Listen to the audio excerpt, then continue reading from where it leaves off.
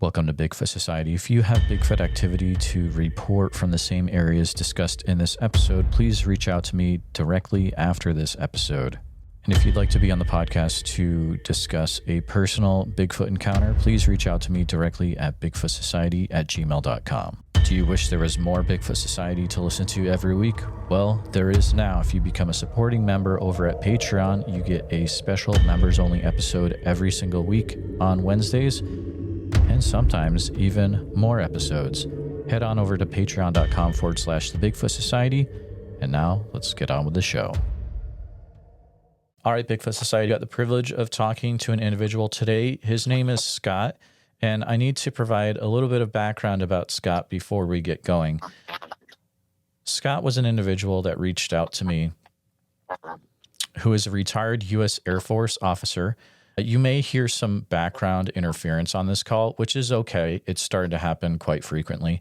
Scott has provided his DD-214 form so that I can verify who he is that he says he is. It's a privilege to have Scott on the show today, and we've got a lot of ground to cover about his interactions with Bigfoot over the years in different areas. But Scott, welcome to the show today. Yes, thank you very much. We've already talked for quite a while, but Scott, I'm excited to let you share what I already know, but there may be more to it too. But I'm going to go ahead and give things over to you. But we've already also stated that you are okay if I want to interject questions, then you're perfectly okay with that. Maybe a more of a little interactive interview than some people are used to, but Scott, feel free to take us back to where we need to be when all this started to happen for you. All right. First, I would like to cover my background a little bit. I was with a combat unit called Combat Control, basically an Air Force version of the various special forces groups like Green Beret, Rangers, Navy SEALs.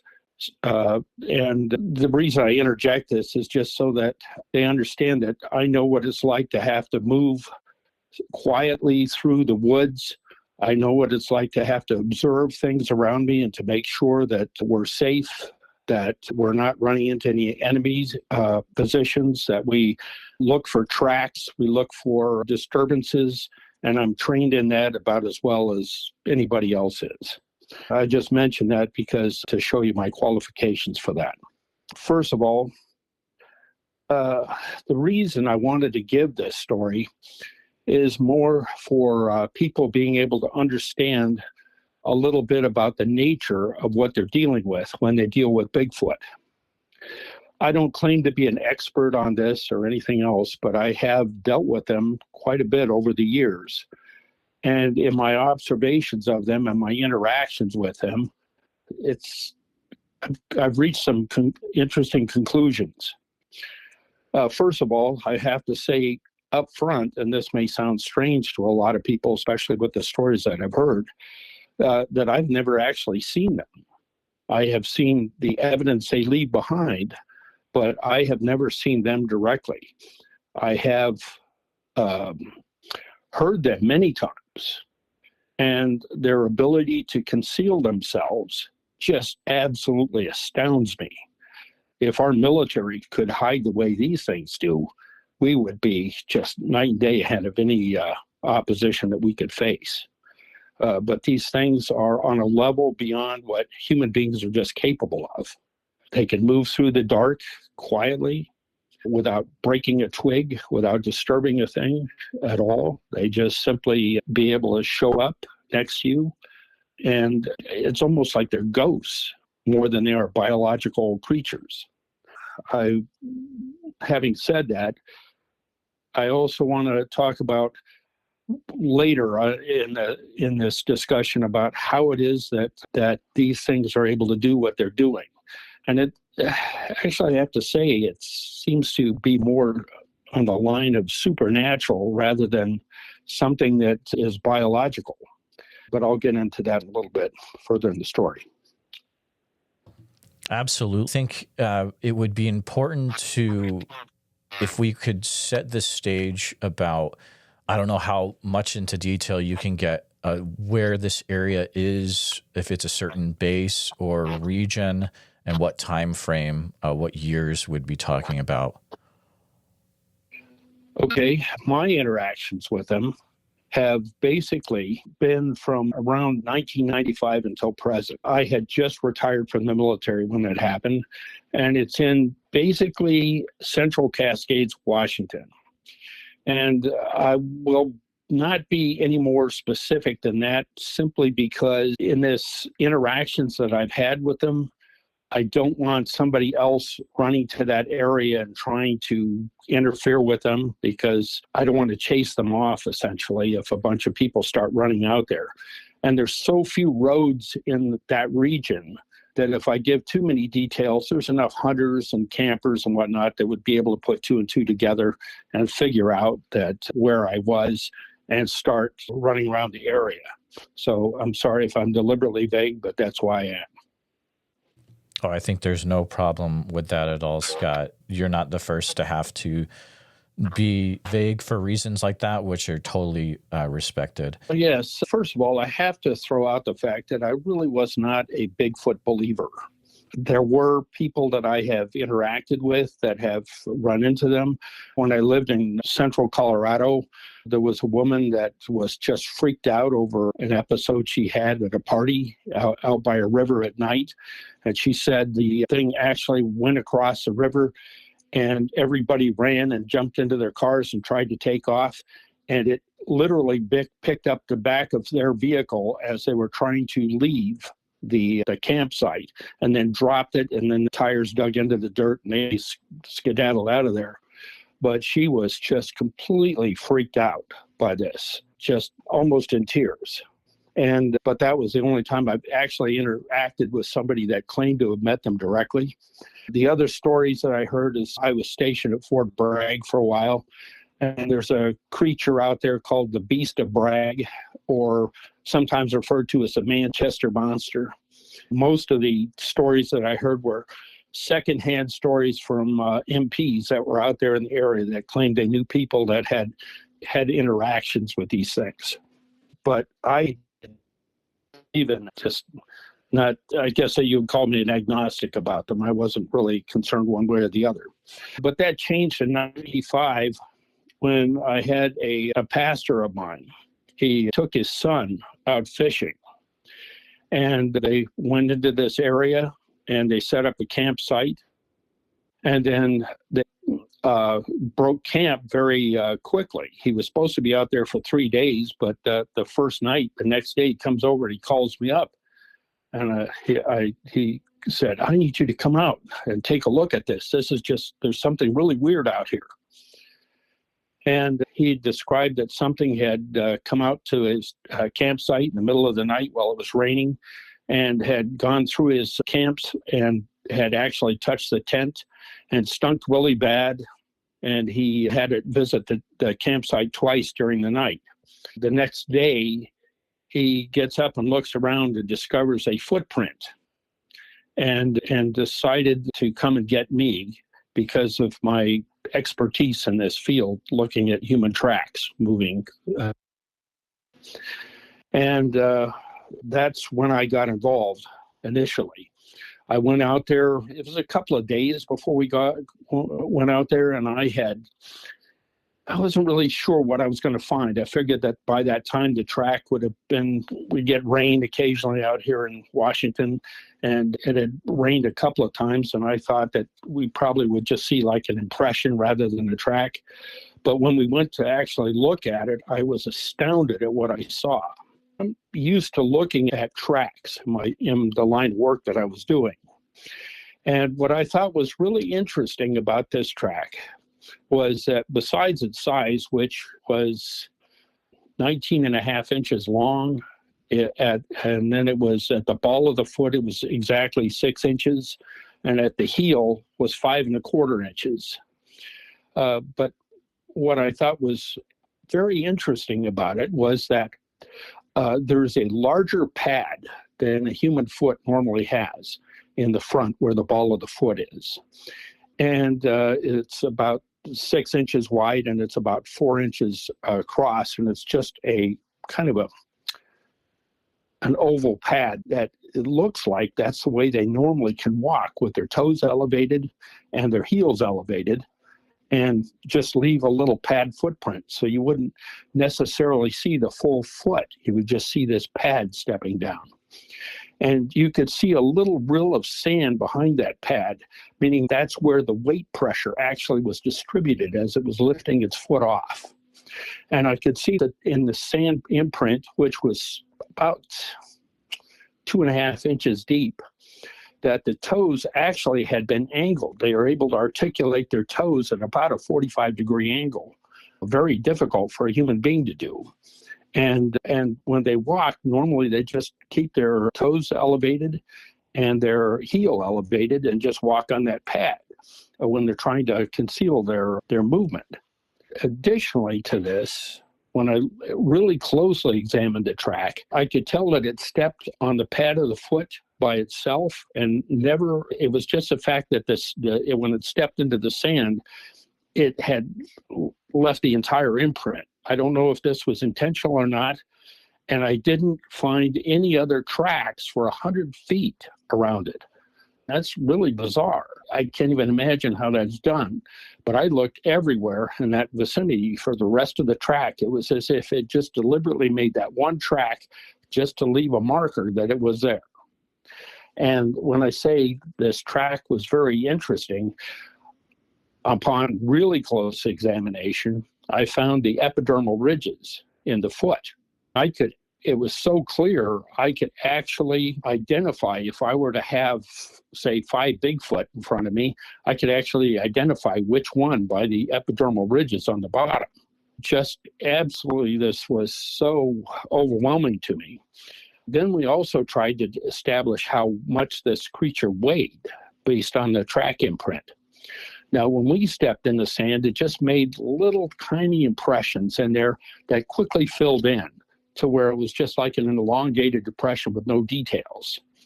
However, I was able to look at the Jeep track that we came in on in the sand and then have something in which to calculate the basis of the weight on.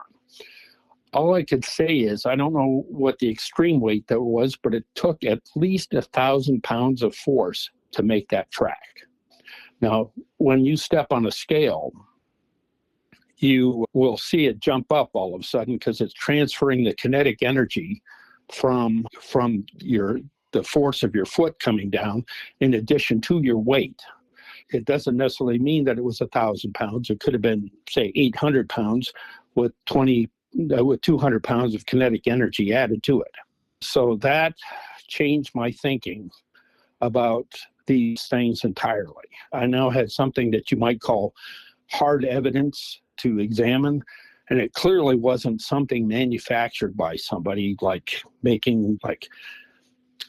with 1,000 pounds of force, and somebody that's obviously a trained podiatrist to fake this thing. It would be just such an elaborate hoax to have to go through to convince somebody that there was a Bigfoot around. So anyway.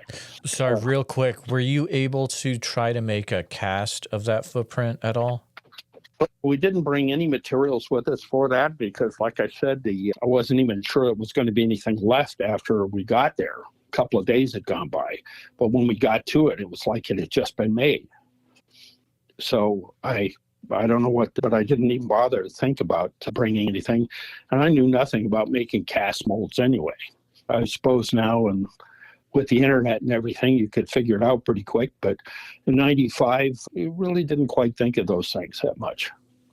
Sorry. Did you see any other things in that same area that were a little weird? Maybe any bent trees or anything else that would make you think, oh, there was probably a Bigfoot around here beside the track? That specific spot was I guess you'd call it a sandy beach off of the stream. It was where during the flood waters had washed a bunch of sand in next to the side of the stream. And there was not really any other branches per se, and there was one other depressional track that was about similar, but it was almost 200 feet away from the other one. I don't know if that was one of them, and it wasn't anywhere in the detail. It had filled in with sand, but that was all I could find out of that. I looked everywhere for some kind of clue and broken branches or anything that would give me an idea. And we spent the entire day going over that area, so it wasn't like we just did a casual search. One other thing I'll mention on that is that one other time that I saw what I believe to be Bigfoot tracks, we were walking down a fire break, and all of a sudden I saw these impressions in the dirt. They weren't that clear, but it was clearly something very heavy had stepped there. And I don't know if you've ever had any mountain climbing experience, but when you climb a very snowy peak, you have to shove your feet as hard as you can into the embankment and then press down, and that kind of creates a little hold for you to step into so that you don't slide back down the embankment as you're climbing up it. And that's exactly the imprint that I saw on the embankment on this road. Something had shoved its feet hard into the side of the thing, creating a large hole much bigger than my foot, and had pressed down into it. And there were several steps bigger than I could reach up to each foot.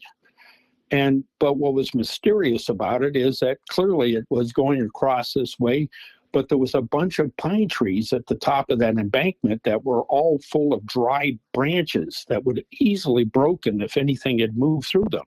And there was nothing. It's as if it walked to the top of the embankment and just disappeared while in mid-step. I just don't know what to think of that. Have any of these, this is a loaded question, so if you can't answer it, it's no problem. Have any of these locations, upon your research, also had other encounters happen in them? You mean other people? Other people, yeah, exactly. Yeah. Okay. I did a search, and back in the day, Google Earth actually used to have a place you could, in their field search, look for Bigfoot encounters. And so I put that in there. And there was one about 5 or 6 miles from the area, but that was the only one reported for 30 miles. Gotcha. There's a kind of a newer version of that now you might want to check out if you go to bigfootmap.com. It's a Bigfoot mapping project. And it might be interesting for you to take a look at those areas to see if there's new information in them now. But so after you had these experiences with finding tracks in these areas, did that put you on a trail then to try to figure out what was going on with this Bigfoot thing yourself? Oh, yes. Because now that I was convinced that there was something there, I now thought, okay, my first assumption, of course, was that we were dealing with some kind of unique monkey, ape species, although I will tell you definitively that looking at this track convinced me of something else. We're not dealing with apes. If you look at a monkey's track, you clearly see the opposable thumb style. It's like a deformed hand on the bottom. And all apes have that capability, that prehensile big toe. And this was clearly like a human foot. It was much more like a human foot than any ape's footprint. And this, it had 5 toes. They were the same. We had a big toe and you had a little toe, and the others were intermediate in size.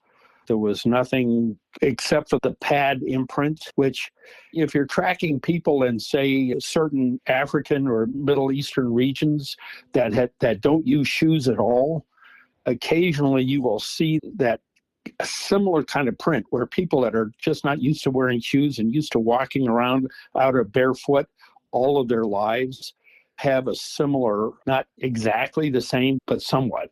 And so that was some takeaway that I would have. I would say whatever we're dealing with is far closer to human than anything else. Now, as far as the rest of my encounter, that's when we started camping out in the area and looking for this thing. At the time, my job was very flexible, so I could spend a lot of time out there in the woods.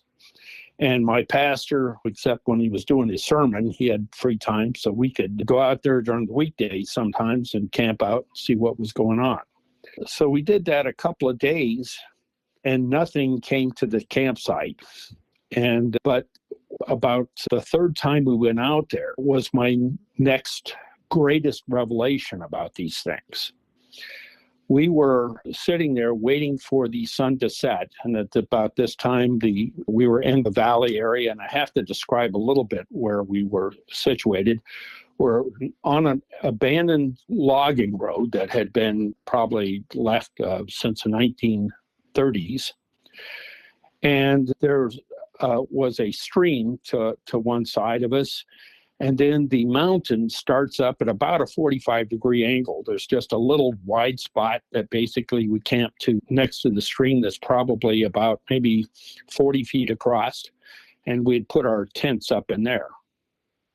And so we had our tent set up, and we had a plastic table that we were sitting at, folding table. And we're just sitting there having a conversation while waiting for the night to come by. And I had been hearing this kind of knocking sound out in the woods that I just attributed to being like the wind blowing a couple of branches together or something like that. And my pastor looks at me and he said what I thought was the most ridiculous statement. He said, "Do you suppose they're out there trying to communicate with us?" Now, at this point, I still thought that we were dealing with some just animal, like similar to an ape of some kind. And I said, "Ed, that's the strangest thing I've ever heard. Are you going to tell me that if I knock on this table 3 times, it's going to answer?" And for emphasis, I just went like that. And then all of a sudden, the knocking stops, it pauses for a couple of seconds, and then I hear 3 knocks come out of the woods. And I'm sure my eyes were as wide as my pastor's. He was just, holy crap. So then I went and I knocked on the table and I did 2 sets. And out of the woods came exactly the same thing, knock. And I was astounded. Now this thing was actually listening to us and trying to engage us in conversation. What happened over the next hour or so was us trying to communicate with this thing and it responding back. Now, sometimes it was just simply mimicking what we were doing. And then it tried to take us in a different direction. I am not trained in linguistics in any capacity and could not figure out what it was trying to teach us. When you can't physically say, hold up something like, say, an apple and say apple, and then the other person understand what you're referring to, it's very difficult to create a conversational mode like that. But whatever was very patiently messing with us in a sense of trying to create this interaction of some kind. Now, eventually it lost interest, but there was something else that went on during this period of time. While it was engaging, I had my pastor knocking and whatnot, and I was trying to figure out where this thing was in the woods. It was up there on the mountain above us somewhere, but I didn't know how far away. So what I thought about doing was walking down the trail and kind of creating equilateral triangle and triangulate how far this distance was that this thing was communicating from us. And so I walked down the road listening to this knocking that my pastor was interacting it with. And as I walked down the trail, I figured out that it was about 150 feet from us, 50 yards up on this mountain. And while I'm there, another rather bizarre thing happens. As I'm looking up on the mountain, I see some branches moving. And all of a sudden, I hear an interaction between it and another Bigfoot. They're literally trying to talk to each other. And to my best guess of what was going on is one of them had heard all the ruckus going on and came over to find out what was going on. And the other guy says, "Hey, I'm talking to these humans, leave me alone," because the other guy then walked off. and left him alone. And it's just the grunting that they make. And by the way, I forgot an earlier story to this. I'm sorry, I have to get a little out of sequence in this, but when we first had this interaction, my first thought was that somebody was messing with us. And I had a .44 Magnum on my hip, so I felt like I was pretty well armed to deal with whatever I had to deal with. And so I told my pastor, I said, I'm going to go up there in the woods and figure out who's messing with us. And I walk up there, and as soon as my foot went into the woods, the brush area going up there, all of a sudden I hear this sound that just froze me to death. I've heard that tigers, when they roar at people or other animals, cause them to just freeze. It just overwhelms their central nervous system to the point that they can't move. They're paralyzed. That's exactly what this was like. I took that step, and almost mid-step, I was like frozen. And I said, okay, I'm not dealing with this. So now then we went back to doing the knocking sounds and everything. And then that's when I started my walk down the trail to figure out how far away it was. The same kind of grunts. And by the way, to describe this grunting, I would have to say, for the sake of your audience and their experiences, the closest thing I could describe it to is Chewbacca when he's doing that sound. It's like that, except it's shorter. It's only like about the first second or so is what you hear. It's not elongated, that Chewbacca style. But anyway, it showed me that there was at least more than one, and that they were up there watching us and trying to communicate with us. And later on, we didn't try to engage them any further after that, except to say that later on that night, we were sleeping, and I wake up and I'm just laying there quietly listening to the area to see if there's anything moving around us or anything like that. But my pastor was sitting there next to me, snoring away.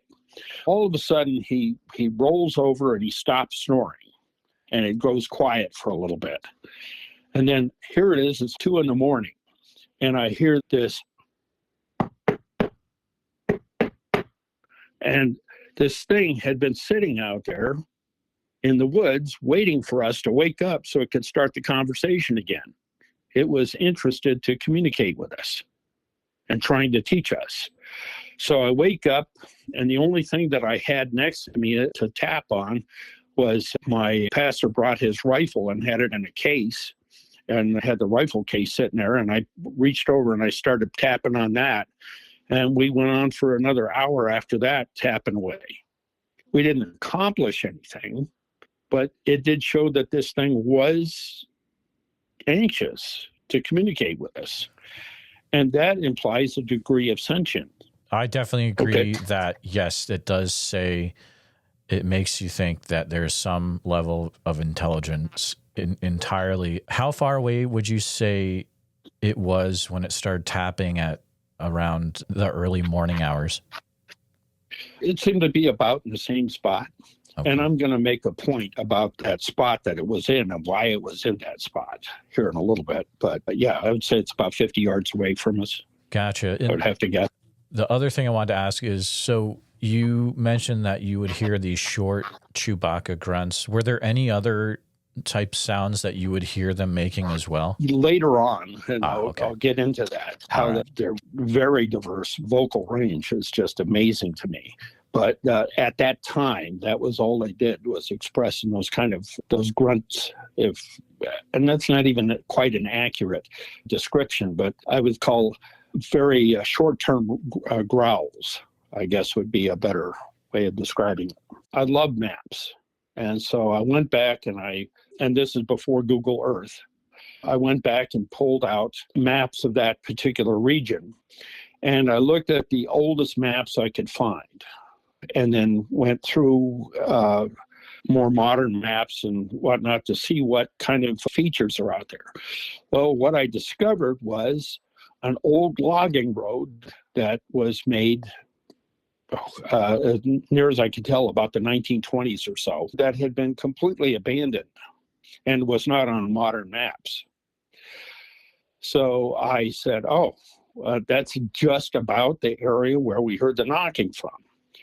So I go out there by myself, and I didn't bring a firearm, which was the only time I've ever been in the mountains, but didn't. But I just went out there and I thought, it's a nice day. I'll just go out there and I'll take a look and just verify whether this road is still there or not.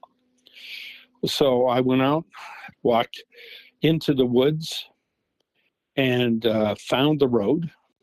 And it's not visible where the main road that connects into there. You can't find any sign of that anymore. It's completely gone.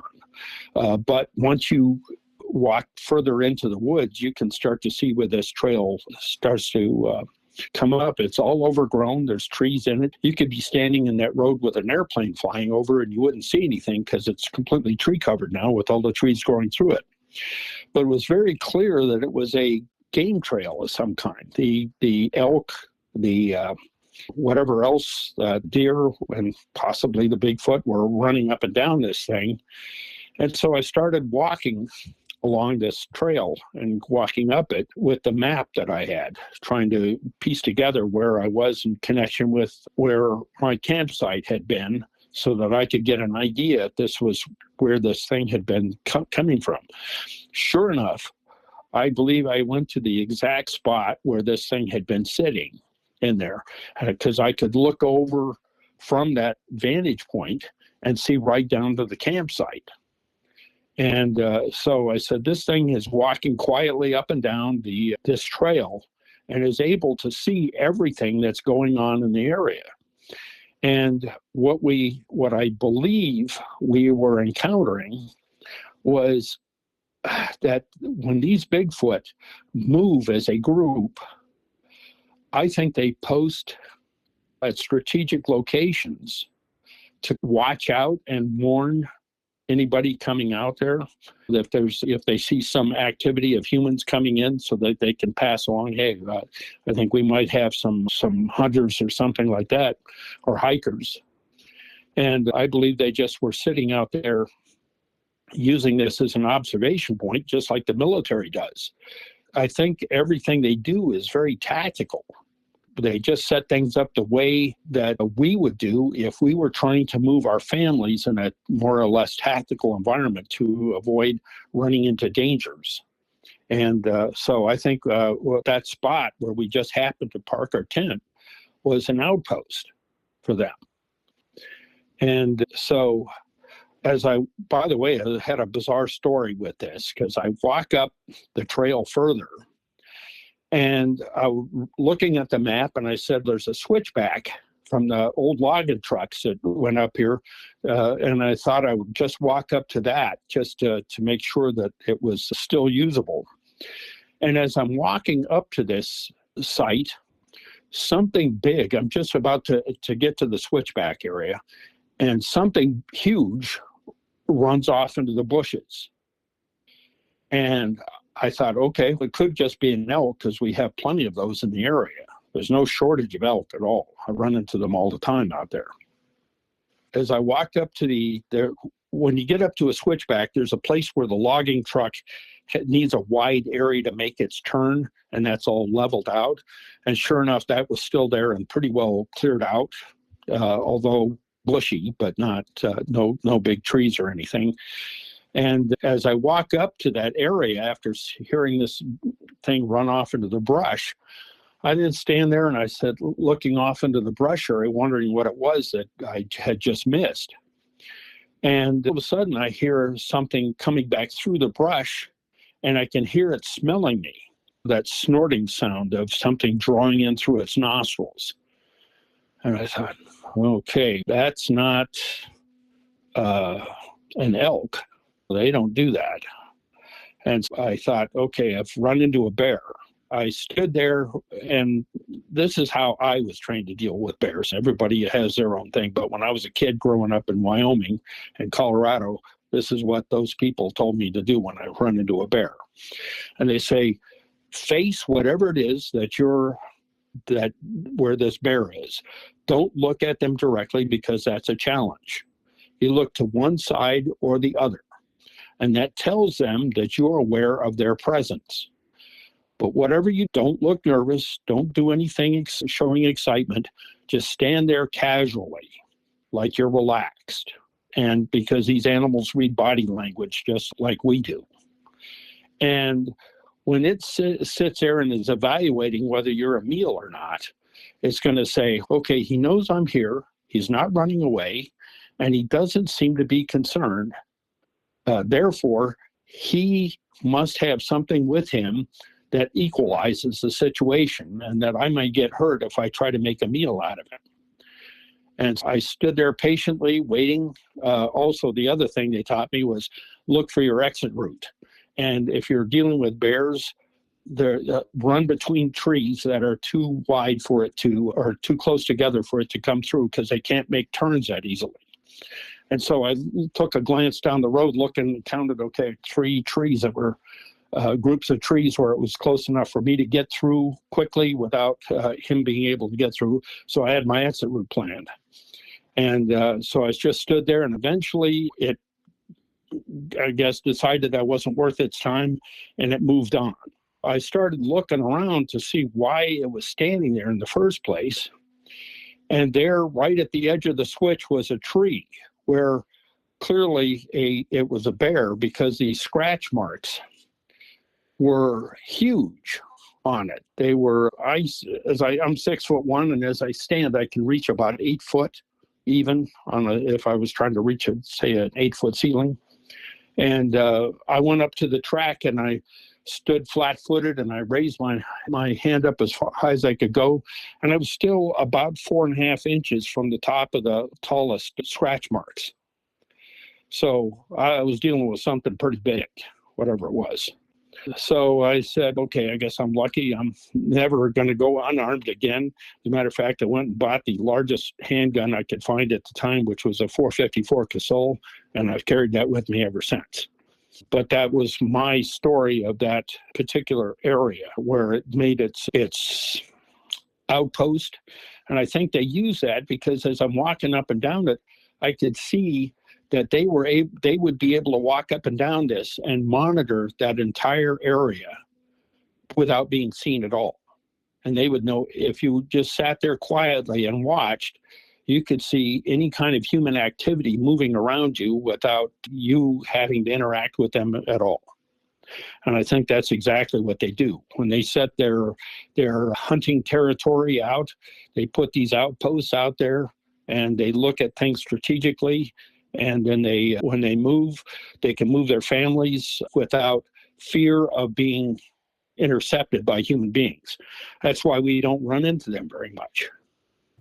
Yeah, I definitely think you're right. The Olympic project in the western side of Washington, they found similar areas, and where they found the nest, they found almost outposts or areas up on the ridge where one of them could be watching everything that's going on and watching for intruders that are coming in. So I think you're definitely on the right track with that. I have a question for you real quick. When you would go to this area or these areas, when you went back home, would you ever have any weird, out of the ordinary things happen at home that may have been related to you going out there? No, I strangely enough, yeah, because I've heard of that phenomenon, but nothing like that. I live where my house is. I'm out in the woods. I don't know if you know what Weyerhaeuser is, but they're the people that cut trees and do the logging industry. I got 300 miles of wilderness right next to me that belongs to them and the Forest Service. I got more to worry about with cougars and black bear than I have with the two-legged predators that I might run into. But nothing. I haven't had anything at all. And I find that amazing, actually. But no, I will say, I had another encounter in a completely different area where my wife and I were going to go out, and I'll be happy to tell you this location if anybody wants to verify my story. I'm more than happy to hear that. There's a town called Oakville. It's on Highway 12. And my wife and I love camping. And she wanted to go out to the West Coast area, but wanted to do a back road kind of way of doing it to see if we could camp out and then end up heading out to the coast. So I looked at one of the old maps in the area, and I saw where there was some Weyerhaeuser property, and that it had access to a couple of streams. And so we could go out there and find us a camping spot. And there's a little town called, it's not even a town really, it's called Brooklyn. It'll show up on the map, but there's really nothing there. It's like maybe a postal center or something like that. And that was our destination that we were going to go to the next morning. But we went in, we found an old logging road, and we followed down it. And I went to one of the places where it came down into the stream, and we set up a campsite for the night. And the next morning, just as it's turning light, I'm awoken to the sound of breaking branches right next to me. Now, there was an old dead tree with just branches that were just as brittle as that just snapped with no pressure whatsoever. And apparently something big had hit this thing and crashed through it. So I assumed it was an elk that maybe had walked down and was startled by our campsite all of a sudden and decided to run away or something. But I grabbed the gun and I get up and I start walking around. And as I'm standing there looking at this tree, all of a sudden I hear a snap like of a dry branch. And I look up in the direction where it was coming from. And there was a hill right next to us. It was about maybe 25 feet high. But I could see the trees on the tops of these trees, but I couldn't see the base of them from my vantage point. And so I look up and I said, oh, I wonder what that was. And then all of a sudden I hear another snap. And then I hear about a minute later another snap. So I said, I'm going to go check this out. That seems strange. So I started walking up a game trail up the side very quietly. And I'm just about to get into view of the bottom part of this tree where this snapping is coming from. And my wife just happened to cough at that moment, and she was still in the tent. And I suddenly hear her coughing. And I stop for a second and I wait. But the snapping didn't continue. And so I cautiously continued walking up the hill, and there was nothing there. But there were these branches, some of them as high as 9 feet, that had been snapped off and were just laying there on the ground. Whatever it was had been just standing there lifting and grabbing these branches and snapping them off periodically, I assumed just to get my attention.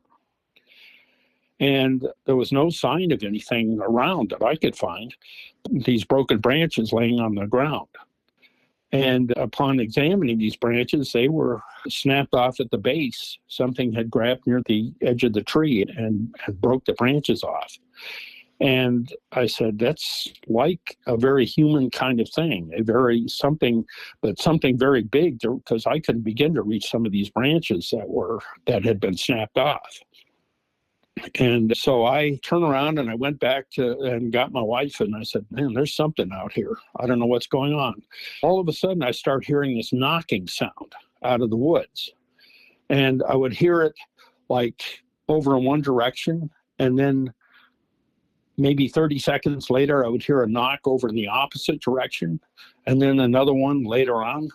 And this started to concern me a little bit. It was whatever they were doing was really letting me know that we're all around you and we're watching you.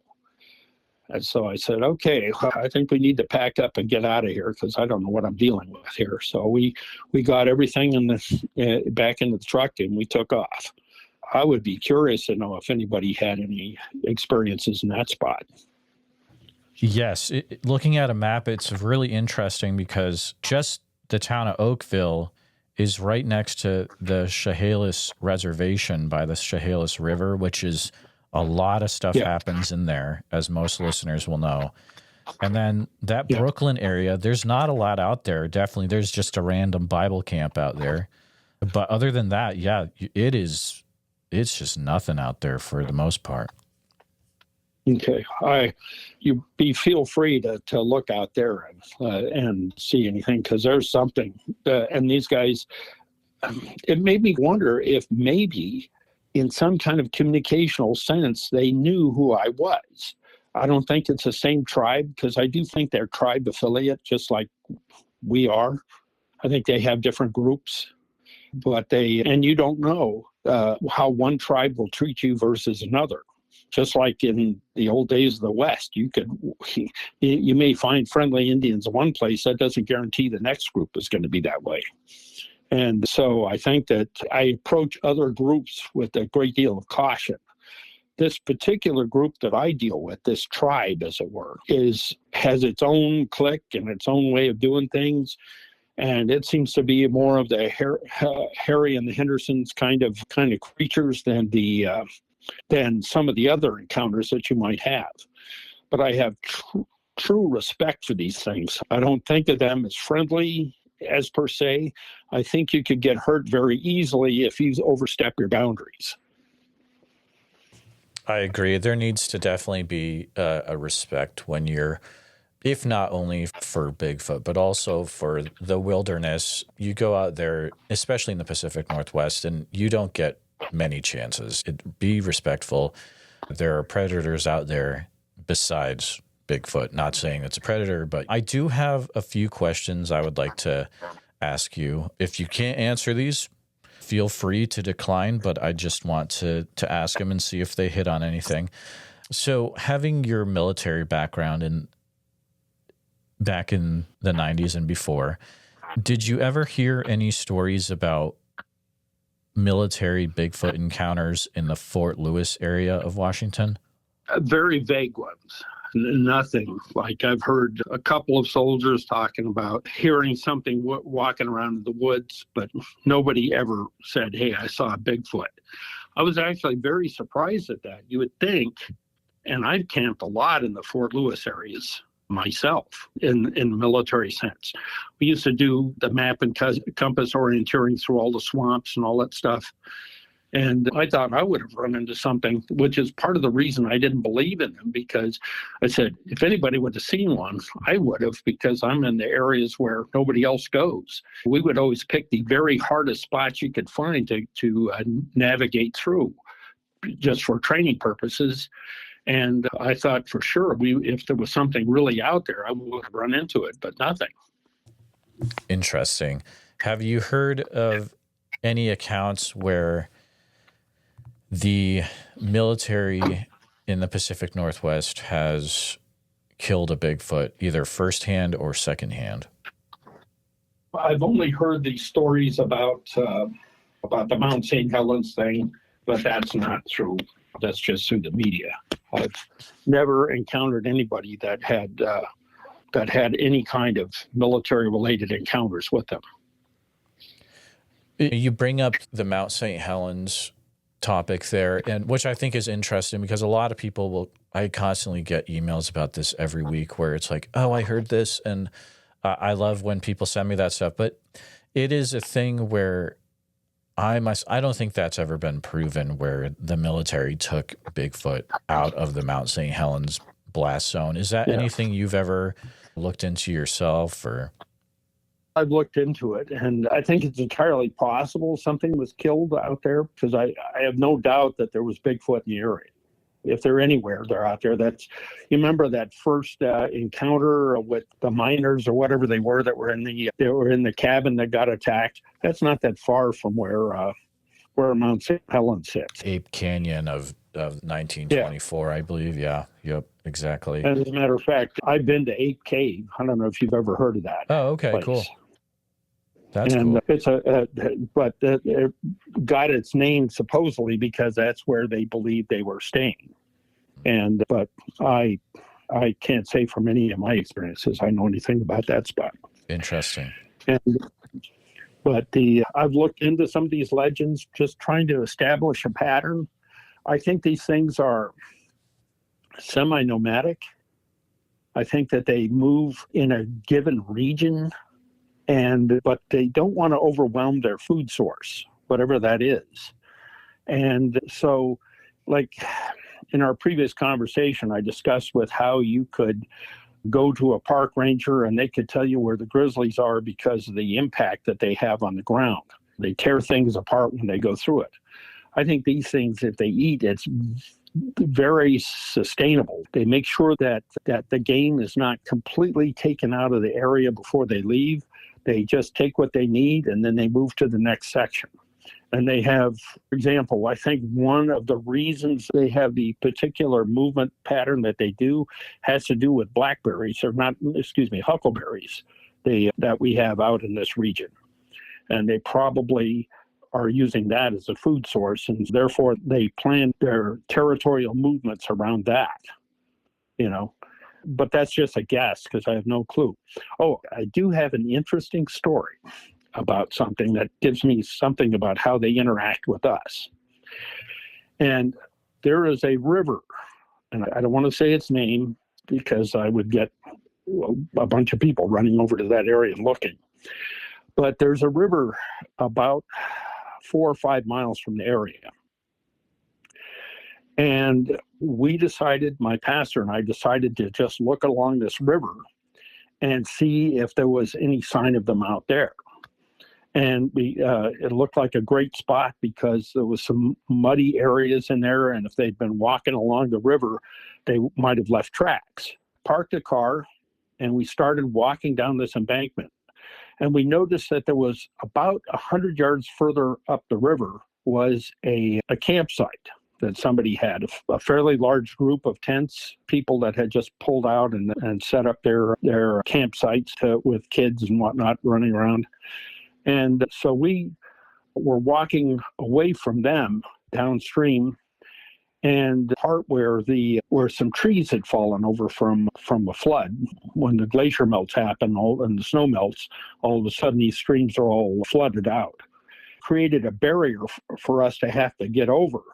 My pastor went over one side of it, and I tried to walk further down around the tree to see if it was easier to get over there. But he got across before I did. And all of a sudden he says, "Scott, get over here." So I beat through the brush and I get over there to him and I said, "What's up, Ed?" And he goes, "Man, just as I was crossing through there, I heard something squawk. And then I heard something hit the ground. And at the same time I hear something hit the ground, the brush started moving like something was moving through it really fast." And I said, "Okay, the ground's pretty muddy here. We should be able to see something." So we walk over to it, and this mud was not wet mud. It was more like Play-Doh level, where it was just like a perfect environment. And for looking for tracks. And sure enough, we find them. But what surprised me was that these looked like kid tracks, say an 8-year-old. They didn't look any particular difference in track to what a human being would be. But what we then looked for was this. He heard that, like I said, he heard something hit the ground like a thud. And I look around and there was a can of Coke sitting there in the mud. And I pull it out and I look at it, and there is a row of teeth marks on it, little indentured teeth. And there's a couple of unusual things that I'll point out about this teeth marks. One is how the front of our teeth are thin and flat. Okay. And then as they get toward the rear, they widen out and become what we call molars. This marking on this thing, there was only one ring of kind of a rainbow shape of the teeth marks. Like I'm guessing the upper or the lower jaw. But there was no molar marks on it. It looked like they were all flat teeth. And my mouth I'm a fairly large guy, but my mouth is about 2.5 inches across. These marks were 3.5 inches across from the base of the arc.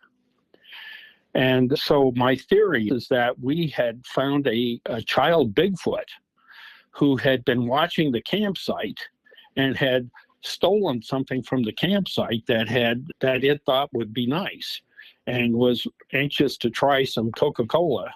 I don't want to do an endorsement here, but it was getting ready to bite into the can when we surprised it, and it ran off. By the way, my pastor died in 2010, and I tried to get that can back because he'd held on to that. But by the time I thought about it and went over there to talk to the family about it, they had already tossed it. So I don't have that anymore. It is. But nonetheless, it shows you that they watch us. They may steal something from our campsites. They clearly enjoy our food. And I've got another story about food since we're on that track. Before you go there, I just wanted to, as an aside, your pastor sounded like he was a really cool guy, into some cool stuff besides the words. So it's a shame that he has already passed on, for sure.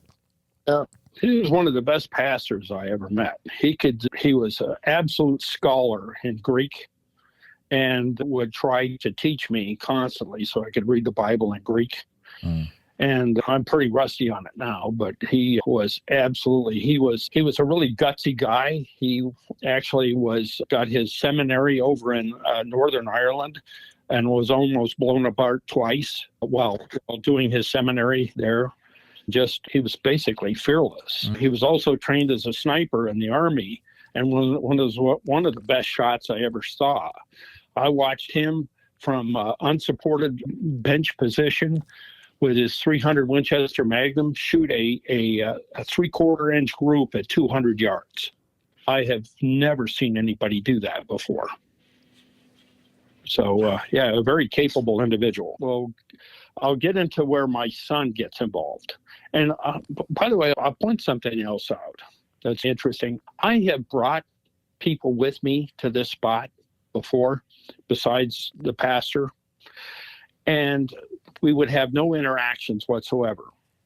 It seems to me that these things either like you or they don't. How they make that determination, I have no idea. But if you don't pass muster, they don't have anything to do with you. I agree. I have found in my various listening to people that have been in that area before and had never had anything happen. Well, and these were people that were interested in me telling them where this thing was. I figured if they're not getting interactions on their own while they're out there, then these Bigfoot don't want to have anything to do with them. Now I'll get into my son, which was an interesting take. I have a son. He's now considerably older. He's in his late 30s now. When he was a young man and starting to do this, I wouldn't even say man, he was 13 the first time I drug him out in the woods so that he could encounter these things. He was kind of like, oh, Dad, why are you doing this to me? Dragging me out in the woods for some stupid thing. And I was telling him about the tree knocking that they were doing. And I took him out to our campsite where we had the previous interaction. And I said, here's what's going to happen. You're going to knock, and if they're ready, you're going to hear a single knock come out of the woods. Okay? And what that tells you is they're saying to you, look, I heard you, and I will respond to you as I feel I'm comfortable. Okay?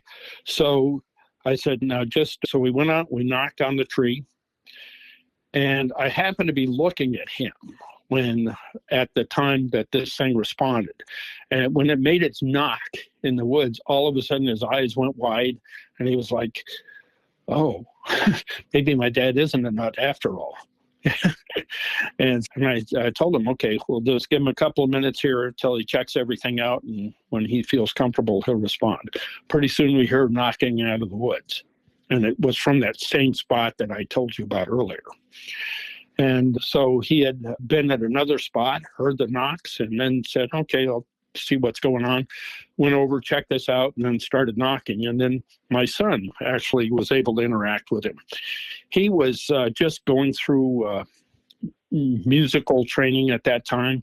And so he was trying different patterns to see if he could engage it in the musical accompaniment. He didn't show any tendency in that. at all. It just looked like it was just trying to straight communication, not trying to make music. Now, another thing I'll point out is that when I went to the spot where I was pretty certain it was communicating to us from the first time, when I went to up that trail, I looked for signs where something had been beating on the trees in the area, and I couldn't find anything.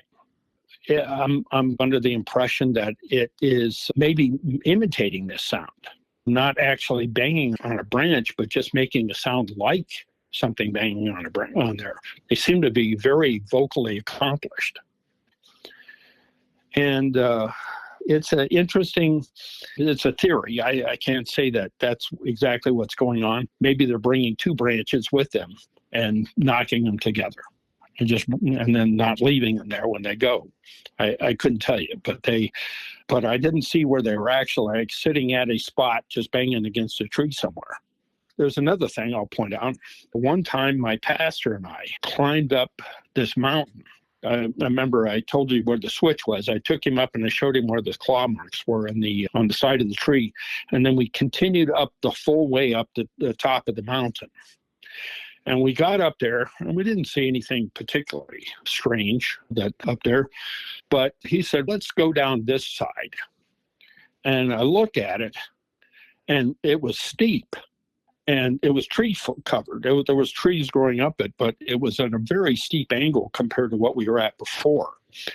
And I said, Ed, are you sure you want to do this? That looks pretty dangerous. And he says, if it strikes me to reason that if they're moving around here, they're going to pick the least likely area where we're going to be walking so that they're not surprised by anything. And I said, I can't fault your logic, but okay, we'll go down. So we went down the side of this mountain, and it was just like basically going from tree to tree, just grabbing a hold of it and holding on to it till I could get to another one, and just because I was too afraid of falling down. What I found, though, that really got my attention was there were these curious spots that looked like where a tree had fallen over and had left the hollow, how the roots will bring up the dirt with it as it comes out, leave a little depression in there. What was strange about them is that where these depressions were fairly large, say 15 feet across, 12 feet across, somewhere in there, and they were patted down. They were like flattened, like something had gone in heavy and had just pressed it all down till it was just really flat. And it looked like these were bedding sites for them. They were, what my guess is that when they were bringing their families through, they would go into this area, so that was rather difficult to access, and they would bring their families in and make these bedding sites on the sides of the mountain so that they could be in relative safety and without fear of surprise. Because believe me, there was no way a human being was going to sneak up on them with that steep angle. But that's just a theory. But it just looked too, what can I say, manufactured and clearly not done by human beings. That's just something I'll throw out as a way I think that they moved when they travel. They just have these bedding areas set aside, safety, and then as they're moving along, they probably have those pre-positioned so that they know there's some other place where there is a tactical spot where they can rest that they set up for the next camp when they move through the area. It definitely makes sense. I think it's a good theory. I don't know if you can answer this one, but this area that you mentioned, is it one where it's pretty far out in the woods, or would you have to worry about other humans potentially being there and causing issues with it? There are human beings all over the place out there, and there's hunters, there's campers, there's hikers, whatever. And those that are familiar with the Central Cascade region. And by the way, I guess I'll allude to one other aspect of this. There was a period of time from the last encounter I had with them was 2019. And the reason why I had to drop it for a while was two reasons. One, I only go out there when I can find somebody to go with me. And it was very hard with my job to coordinate a time where I could have somebody else that was also off at the same time to go out there. But the big problem I ran into is from 2019 to roughly about 2022.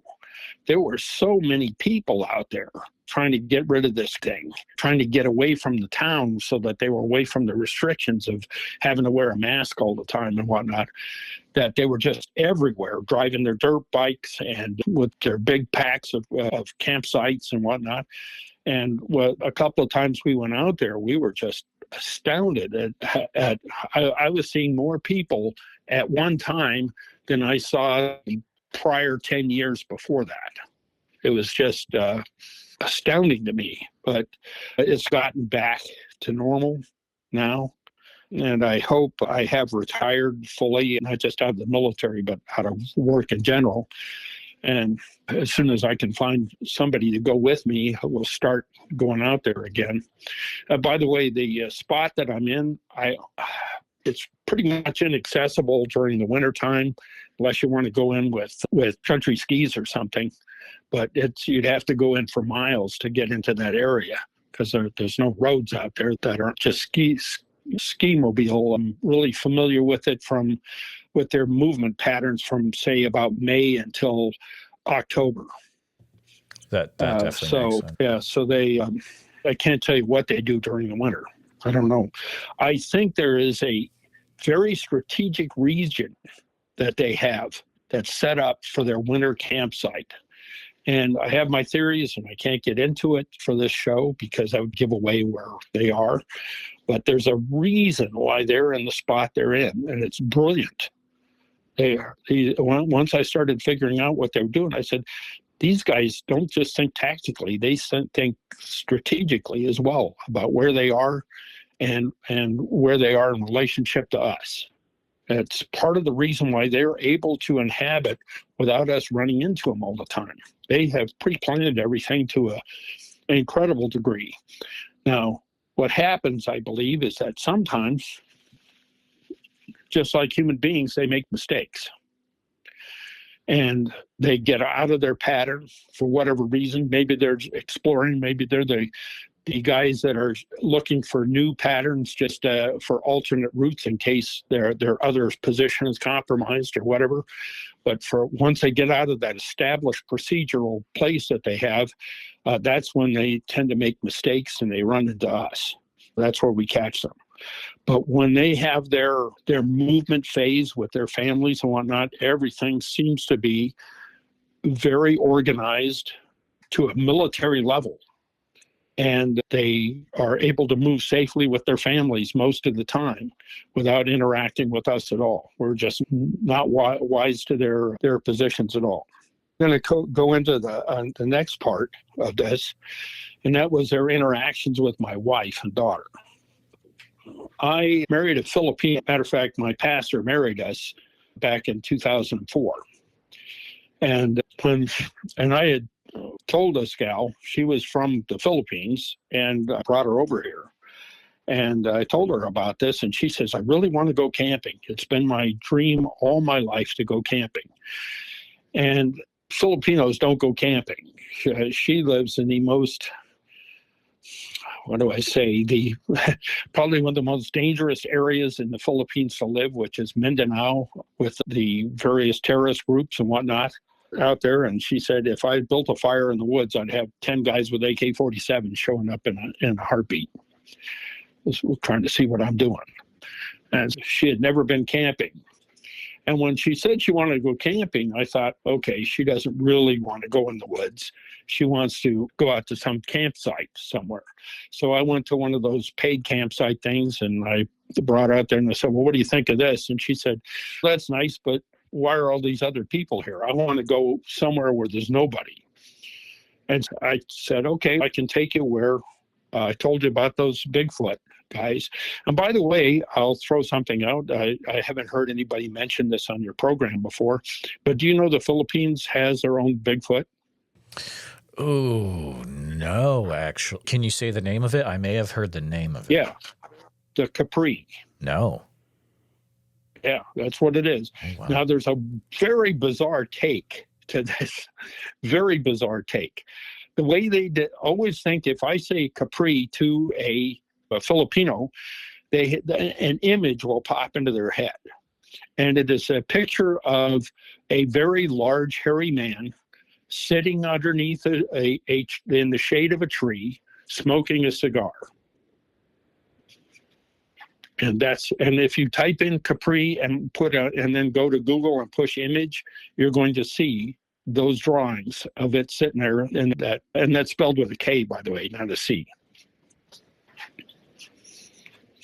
And when my wife was raised, she was always told to look out for the red eyes in the trees, and because they have glowing red eyes apparently, and they would make the kids come in just like we do with the boogeyman. Don't let the boogeyman get you. Come on in when it gets dark. Their boogeyman was the Capri. So she had no issues with that whatsoever. The next phase of this story, I'm going to get into we talked about some of their communicational things. There's another thing that they do for communication, apparently, and that is the smell. People are always talking in your show about how they have this stink, okay? But in my various interactions with them, I quickly grew to realize that stink varies. And there's different communicational aspects to it.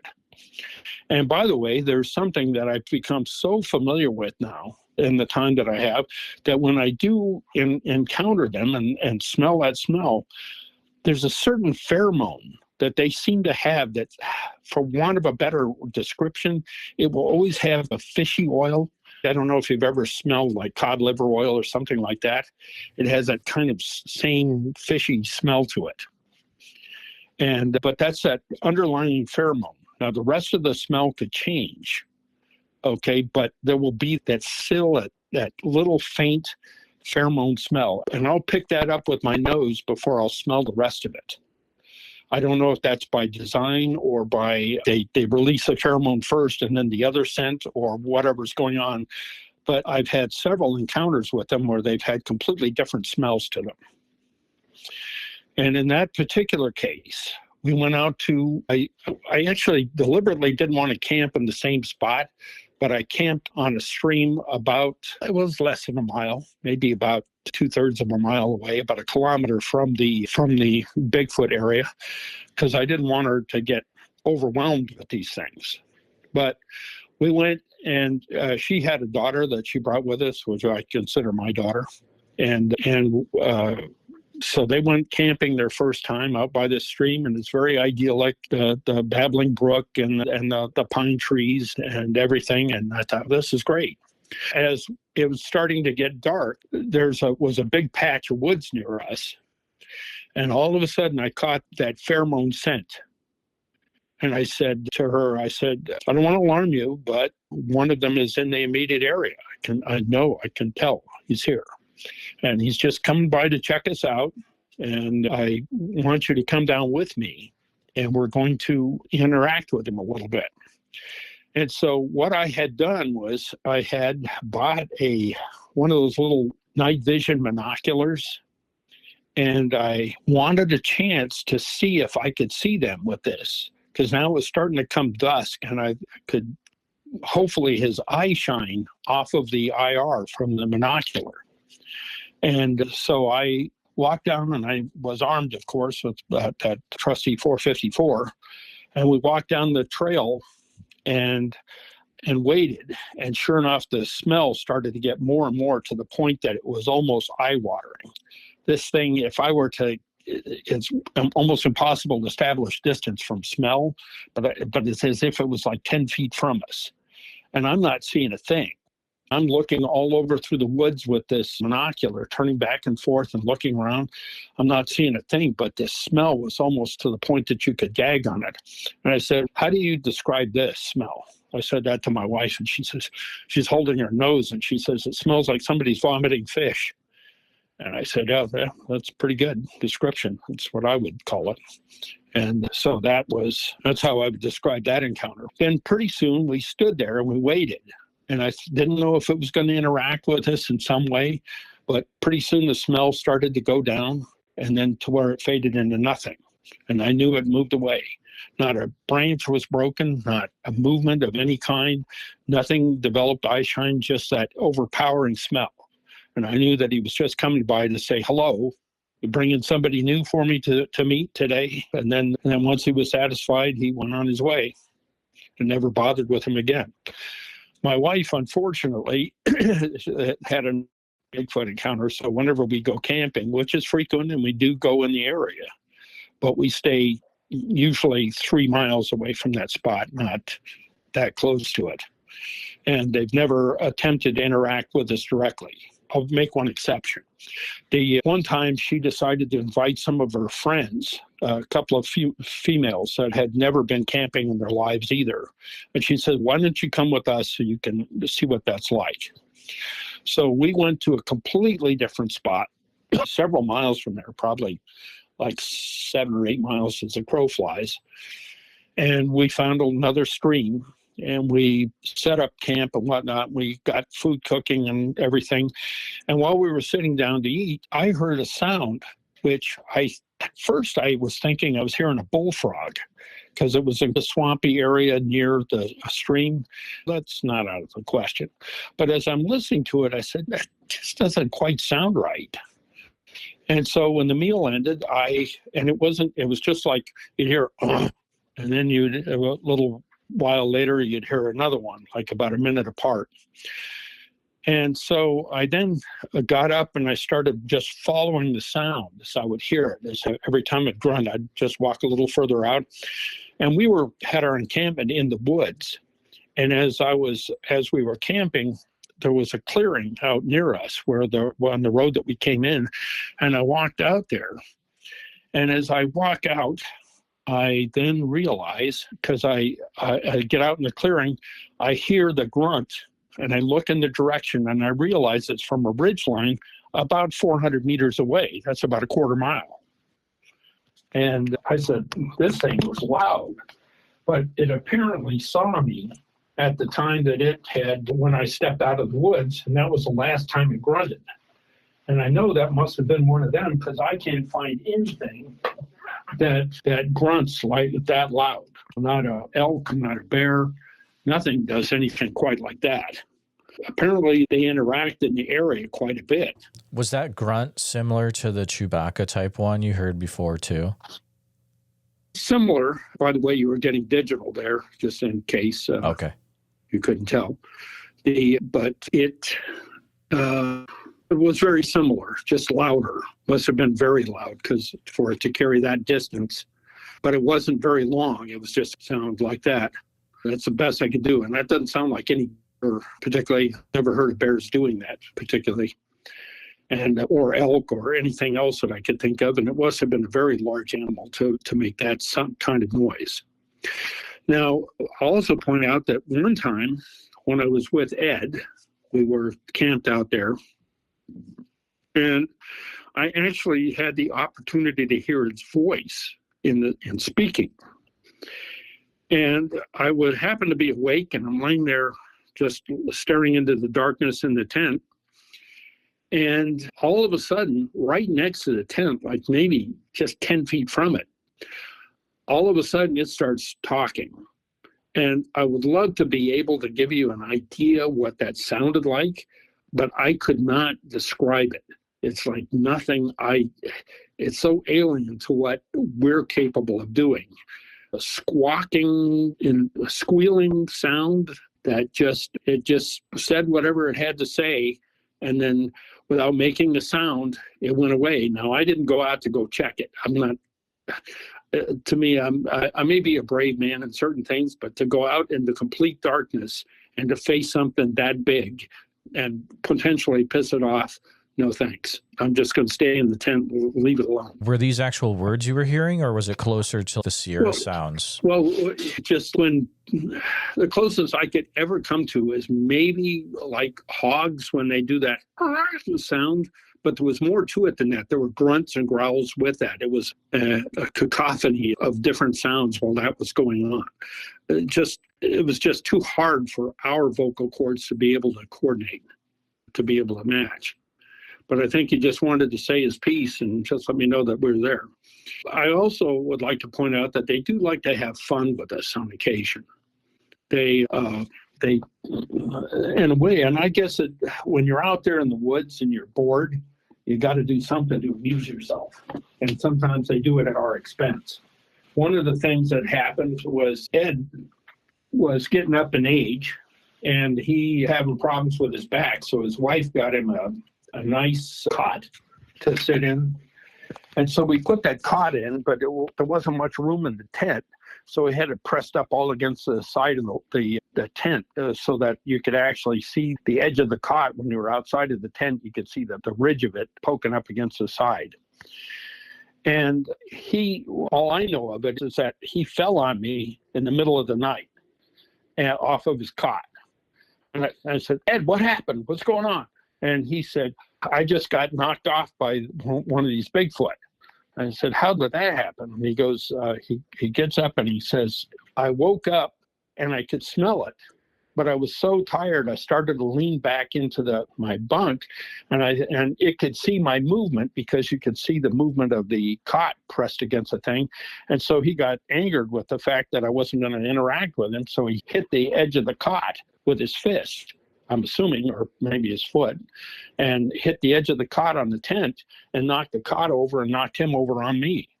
I guess he just got annoyed by the fact that we were going to ignore him. And so they'll interact with you in that manner. Another story, and I'll get into a couple of stories about my son. And real quick, the second time that my son got interacted with him, we pull into the campsite area off this road, this fire break, and there was this huge bush. It's not there now, but at the time there was this massive bush that used to sit there, and you couldn't see anything through it. You couldn't see a foot into this thing. It had so many leaves on it. And when I pull in with my vehicle, I got out, and all of a sudden I'm overwhelmed by the smell. As soon as I got out of the car, I just knew that something big was on the other side of of those bushes, and had been standing there, like just watching this coming in. And I could even describe perfectly the smell. It had that fishy odor to it, like tuna fish. And if you took macaroni and cheese and you put a little bit of tuna fish in there, and then you put it in a microwave and cooked it about a minute more than what it needed to have for it to be to where the point it was actually starting to burn, that would be the smell that you would get.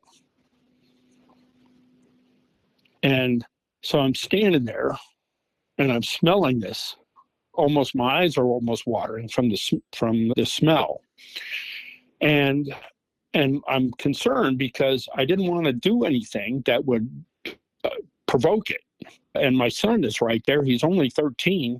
I'm concerned that he might be in danger. So I said, just stay there. Don't move. I'll let it decide what it wants to do. And then pretty soon the smell started to dissipate. And I said, okay, I think he's left. So then I cautiously walked around the bush to the other side. And sure enough, there was no sign of anything around there. Then I said, okay, I guess he's had his fun. So let's go build a campsite. Maybe he'll come back. Sure enough, we go and start setting up the tent. And as we're doing so, all of a sudden that smell returns. And I'm looking around. I can't see anything. There's trees in there and there's bushes, but still I could see a certain distance, like maybe 30, 40 feet into the wooded area. But I'm not seeing a thing moving. But the smell was very overpowering. And so as I'm looking for it, all of a sudden I hear this deep, like Lurch in the Addams Family, this deep voice go, hoo, hoo, hoo, hoo, hoo, hoo, hoo. And I look around and I don't think that's any owl I've ever heard before. I'm looking around in the trees and I'm looking everywhere. I don't see anything. And then I hear it repeat itself again, that same deep hoo hoo hoo sound. And then pretty soon the smell started to dissipate again. And I said, I guess he's moved on, but he wanted to leave his mark. Now, part of that encounter that we just had was with another experiment that I was having about its food. I was very curious what these things like to eat. And so I was also trying to cleverly come up with a way of getting hair for evidence, okay, to see what I could determine. So I came up with the idea of using contact paper like you use for shelves, and then sticking food on it, like apples and bananas and whatever else I could think of, and sticking it on the thing so it was like glued to the surface, and then laying it out flat in the hopes that if it picked up the food, it would leave some hairs behind. One of the things that I did was I thought about giving it nuts. And so I put in some salted almonds down, flavored almonds, and I put them in a Ziploc bag, and I stuck that to the thing with the bag closed. All right. Then I had done that the week before I brought my son out. And I was coming back now to see what, if anything, that it touched. We then when we finished our tent, we went into the woods to go look at this thing. And found the thing, but it had been completely untouched, except for one interesting thing. And that was the baggie had been emptied completely of all of the nuts. And the bag had been closed again. Something had actually closed that Ziploc bag with that dexterity. But there were no hairs on it or anything else. But I thought, how interesting that this thing would go out and would carefully open up a bag and apparently likes the nuts. And I'm actually going to surmise that it was the salt that got it interested, because that's pretty hard to come by in the woods, and it probably liked that. But so now then that was that evening. I left it out there again and went back to the campsite. So we get up the next morning and go back out to the site, and I was going to pick it up and just bring it in with me, and because I figured they weren't interested in it. So I went out, started to walk up to the site, and all of a sudden I hit this smell, a wall of smell. That's all I could describe it. And when you look at how chemicals sit in the air, the heavier the molecule, the less it travels. And so if I smell something really bad and very strong, and you 10 feet from me don't smell it yet, that tells me that's a very long, complex molecule that's hanging in the air. And to describe the smell, I would have to say it had that same fishy odor to it that I always get, but this time it smelled like hot brakes. Just if you'd had a semi slamming on the brakes and trying to burn out the brakes, it had that same kind of smell. And I could smell this really bad, and I turned to him and I said, "Man, are you getting this?" He says, "No, I don't smell anything." I said, "Oh, okay." But then it took about 3 more seconds for the smell to move over toward him to where he could get it. And then all of a sudden he starts gagging. And what that told me is that, hey, I don't want you here for whatever reason. I want you to go away. And I said, okay, to me, that's a warning sign. We're turning around. I'm not retrieving the food. I'm just going to go back. So we just turned around and left at that point. They are able to alter their smells. They have a wide variety of senses, of smells. I don't know if I couldn't tell you whether it's an individual that's able to alter his smells, or if those are individual smells of one guy smells like hot brakes all the time, another guy smells like macaroni and cheese and another guy smells like rotted fish. I couldn't tell you. Or am I interacting with the same one all times and he's just giving me different smells? I don't know, but I do know there's more than one, but it will always have that accompanying kind of fishy odor to it. That's such a weird, I think that this is the first show where that detail has come out. It's very interesting. I'm going to be keeping it in mind now. It brings up an interesting point in that they can either change things about themselves, or they're affecting the way that we either hear them or smell them, or they're changing their smell and their sound themselves. It's very strange to think about. Yeah, it is. But I just think it's just yet another way they communicate with each other. If they are under attack, and I get this all the time. I tell this story to work friends and stuff, and everybody kids me all the time about being the Bigfoot guy. But I always get these guys coming up to me. Hey, can I go with you? I'm going to bring this gun, and I'm going to bring that gun, and whatever. And I'm like, stay away, buddy. I don't need you with me, because if we start shooting these things, we're not coming out alive. I doubt seriously they're ever alone completely. Maybe to say you might run into one of the expeditionary ones that's alone. But if I'm in that area, I know that they're not alone. And if we start shooting, we're not coming out, because these things, you've heard their rock throwing abilities are just incredible. And they've never thrown a rock at me, but that doesn't mean that I'm not aware that they're fully capable of that.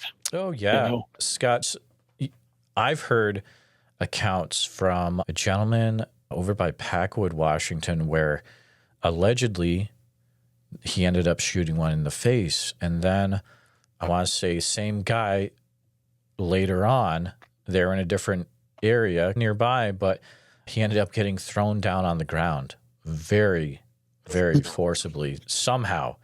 So there are definitely stories of if you mess around, you will find out. That is the wrong thing to do. Yeah.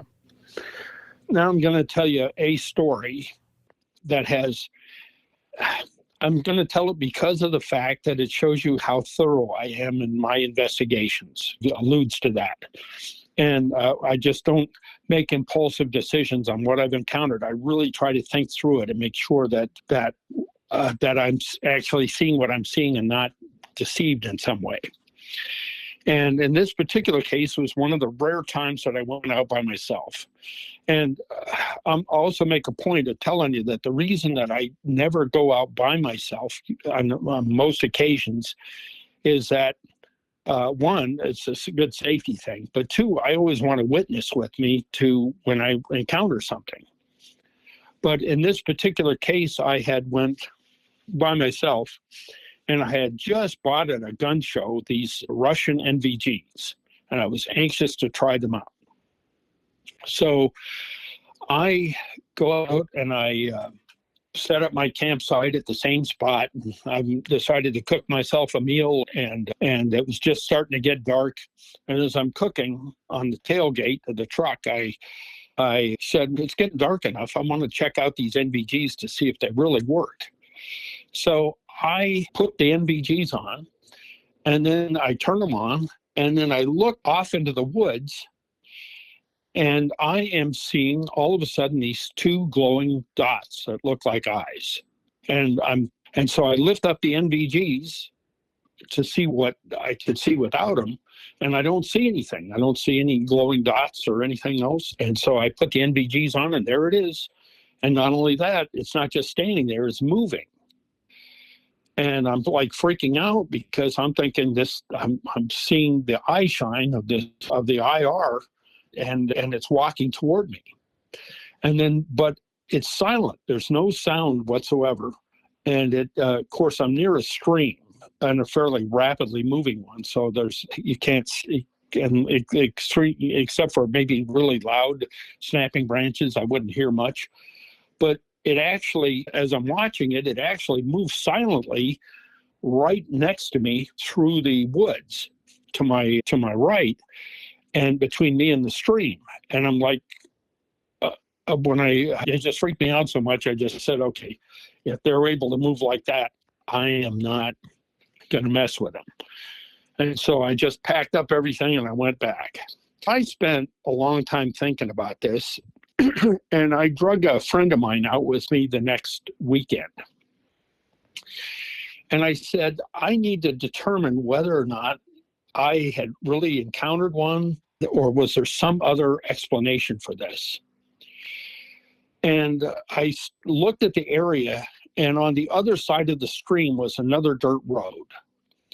And I thought, what if it was a vehicle coming down the road, but because of the fact that it was in through the woods and it wasn't quite dark yet, I wouldn't be able to see the headlights except with the NVGs. And so I did an experiment where I had him take a truck and go down the road without, it was at a small angle, so you didn't have to give it the gas to get moving. You could actually coast down the road. And I said, I just want you to go up the road and come down again. I want to see if I could see your headlights. And he came down in the truck, and I couldn't see him at all. And except when I put the NVGs on, and then I could make out these headlights. I don't make statements rashly. I do check them out and as scientifically as I can to make a determination whether or not we're being, whether it's something real, or am I just being fooled by just some other natural occurrence. So I have had other encounters with them with camping and whatnot. Occasionally, when I camp with my wife, like I said, she loves camping. She just doesn't want to have the Bigfoot stomping around. Every now and then, I'll wake up in the middle of the night and I'll catch that odor. And I know they're just checking you out, making sure everything's okay. But I think they understand her. And so out of respect for me, they don't really try to interfere with us that much. But I think they somehow know when I'm around. Now, the last story I've got was just before COVID hit. I went out with my son. And it was the most interesting interaction I've ever had with them, because I didn't know they could do what they had this capability about them. We parked our car, and it was amazingly quiet in the area. There was hardly any traffic at all at that time off the main road. And so we parked our car and I decided to go for a walk. All right. And as we're walking around, I'm hearing this dog yapping. And it sounds like a Jack Russell Terrier is the best I could describe it, if you're interested. But it just was this constant yap, yap, yap, yap. And as we're walking, I said, if the owner should have stopped this dog by now, but they haven't, they might be in trouble. So I listened for where the sound of this barking was coming from, and there was a road leading off in that direction. And my thought is that somebody might have set a campsite up, and that had leased their dog, and maybe they were in trouble. Maybe the guy had a heart attack or something, and the dog is just trying to get our attention for help or whatever. As we walked down the road, I said, yeah, it's definitely coming from down this off trail, so let's walk down there. So we walk down the road about maybe 200 yards. And all of a sudden the barking stops. And then there was some bushes off to our left, and something big was moving through those brush. Now that's nothing to get excited about, because like I said, there's tons of elk and obviously bear. And I have seen black bear running around there a lot.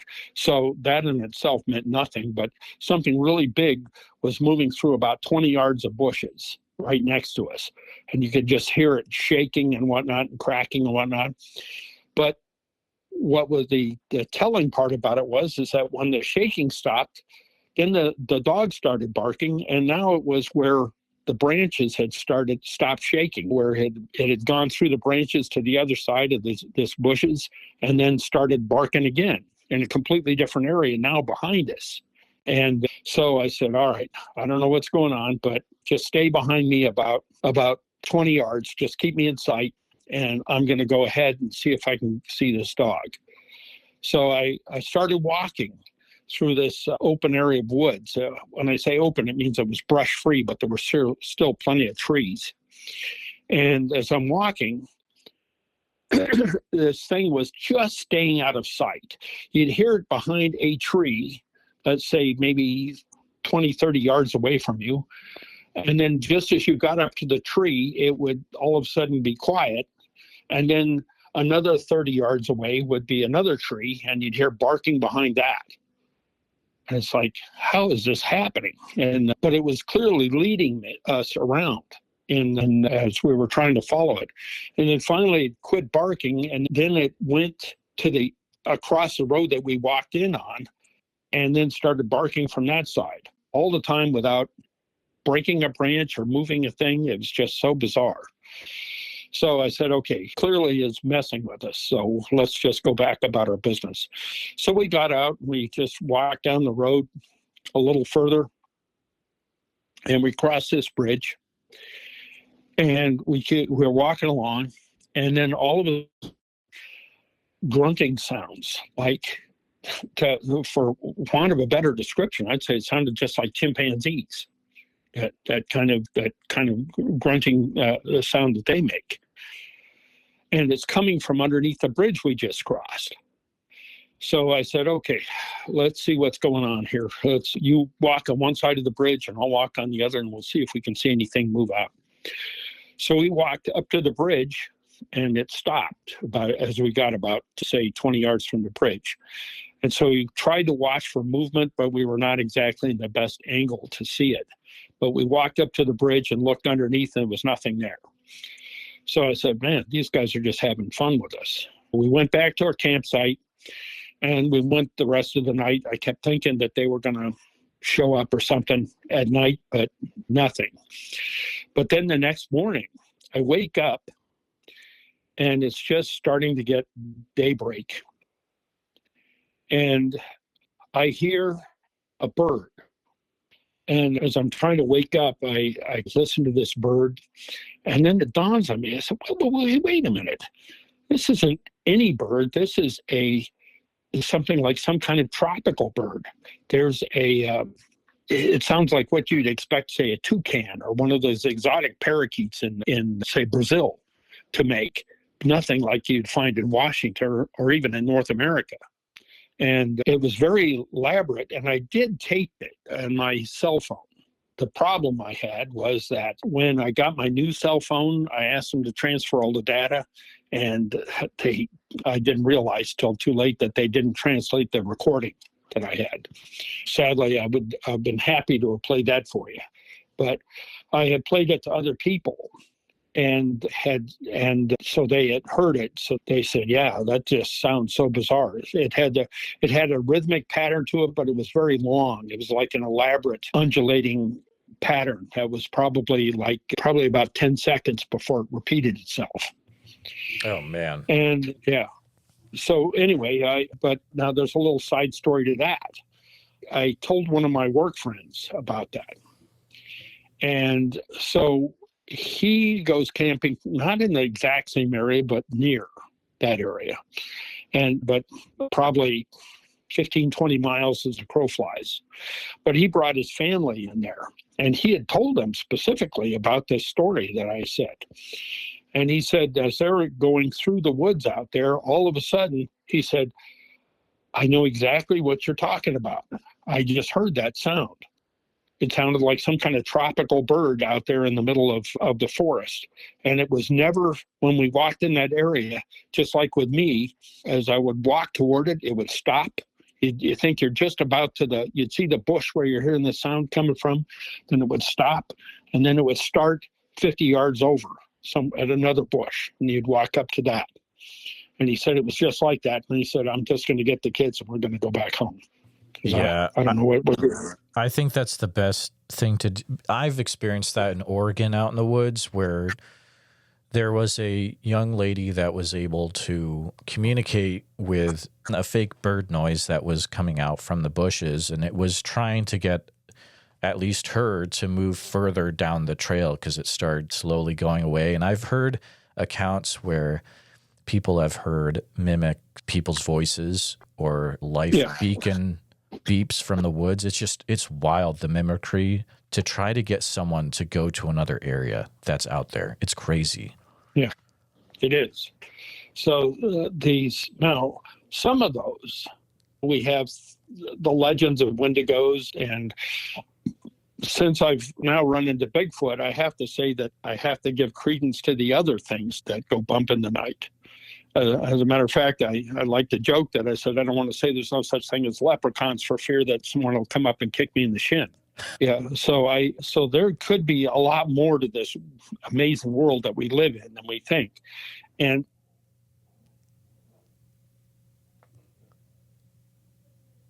hello? Oh. I think we lost him. Scott. Oh boy, it's not good.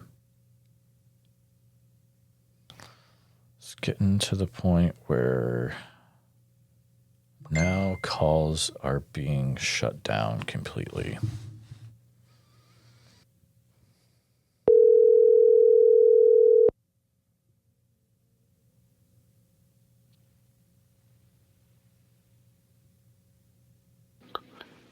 I lost you, apparently. Hey, that was weird. I've never had that one happen before. What happened? What point did you lose me in? We were talking about mimicry and things that you've experienced out there. You had talked about parakeets, sounds, and then I had talked about stuff that I had heard. I think that was about it. Okay. I was talking about the metaphysical part. Did I get into that about the Epic of Gilgamesh? Or did you miss that whole stuff? Not yet. Okay. That's funny. Wow, you were talking about that, and that's where it got shut down? Yeah. Oh, my goodness, dude. That's wild. Yep. I didn't get any of that. Yep.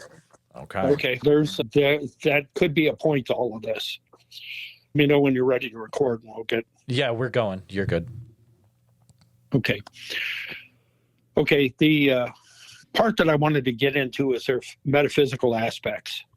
They're about these things that defy biological movement. The lack of tracks. They seem to only be there when they want to be there. The fact that they don't make any sounds when they move through the woods, they seem to be in complete control of the environment, which is why I respect them so much and realize that even though I'm fully armed when I go in there, and I'm extremely well trained with firearms. One of the courses we had to go through was one where you weren't allowed to use the sights on your guns to shoot. And you had to learn how to position your body reliably so that you could still hit your target without ever using your sights. And so I'm very good with a firearm. I'm very confident with it. But I know that I'm not in an environment where I could possibly engage these things on a fair footing. My gun is nothing more than a glorified security blanket because these guys just seem to have such control of their environment. But they have senses beyond what we seem to be able to have. The fact that they seem to know who I am, whether that's through scent or sight or whatever, I couldn't tell you, but they seem to know something about me, and they seem to know something about my character, which is important. They don't advertise themselves to people that will shoot at them. They seem to know by observation of whatever kind whether they can trust us enough to try to communicate or not. And so for Bigfoot hunters that are out there with their elephant guns and whatnot, they'll be running up and down those fire roads all for the rest of their lives and never run into these guys. They're just fooling themselves and wasting their time. But some people are just visited, and I actually believe there's a religious quality to them. I will refer to the Epic of Gilgamesh, in which they are discussing the in there the wild man of the Epic of Gilgamesh. I think the name is Eduki, or I'm just trying to pull it off there, Enduku or something like that. But when you look at the description in there, that the gods made this thing, not God, the gods. And actually what's really interesting about it is if you break down the word of there, that the ending of the word means made by. Okay, the Endu, it means literally the Lord of the air. And in the Bible, we refer to the Prince of the Air, which basically means the same thing. and which is a reference to Satan. As for want of a better description, I think that we're dealing with something that is not human in the sense that we recognize it, or not biological. That's how they're able to move through dimensions or whatever and go wherever they need to go and do whatever they need to do without worrying about us directly. But they seem to have certain limitations. We do run into them, and sometimes by complete accident. I've met a lot of people that have run into them or have told me stories where they've run into them where they've caught them unawares. I had a friend of mine that was out elk hunting, and he said he was scanning out across some fallen dead trees for a couple of 100 yards just to see if he could see anything, and all of a sudden a movement caught him. And he said he realized that he was looking at a very hairy human-shaped object that was bobbing up and down in the trees. It's like it was bending up and down, doing something. He couldn't figure out what. And then all of a sudden it looks up and then it bobs down behind the tree and then completely disappears. He went over to the tree and there was nothing. He just happened to catch it while it was doing whatever it was doing. And then once it became aware of him, then it disappeared. They just have fantastic abilities beyond what we are. And I'm sure they're very strong. That the difference between us and apes is that, in terms of strength, is that standard human being without training can maybe lift his own body weight on the average. Okay. The very best trained of us, if you look at all of the weightlifting records done and you look at the body weight of the person, that the maximum we seem to be able to achieve is being able to lift about 3.1 times our weight. Okay, that seems to be like the magic number that we can lift above our weight. I don't know if you're aware of this, but one university wanted to test chimpanzees to see how strong they were and taught them how to lift weights without any training. The 165-pound chimpanzee pressed 815 pounds. Oh, wow. Okay.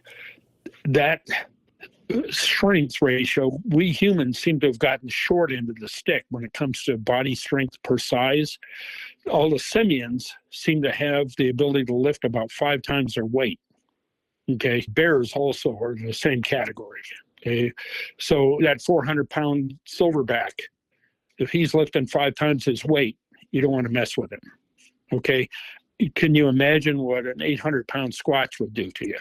I can definitely lift up things that are incredibly massive. Yeah. Yeah. So I just don't want to mess around with something that No. And you hear about their incredible rock throwing ability. I ran into a guy, another work friend of mine. He just came in from Cambodia as a kid. And his family was fishing in California. And they were out in the middle of the woods somewhere. And he was bored and he's walking around. And he said he's walking down this dirt road and all of a sudden he sees what he thought was a dog carcass laying on the side. He said a very hairy dog laying there on the side of the road. And so he just picks up a rock and he tosses it and he hits it.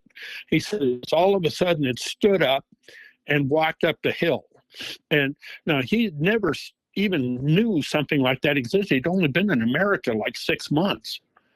And he's watching this thing walk away.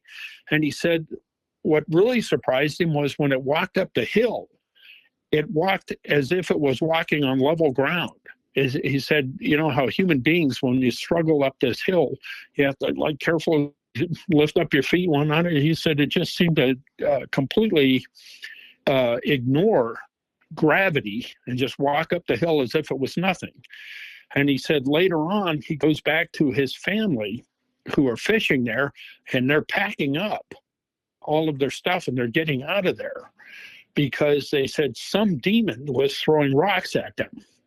And they decided that they had to go away, and they went to a local Buddhist priest and had him bless them because they were afraid that a demon was messing with them.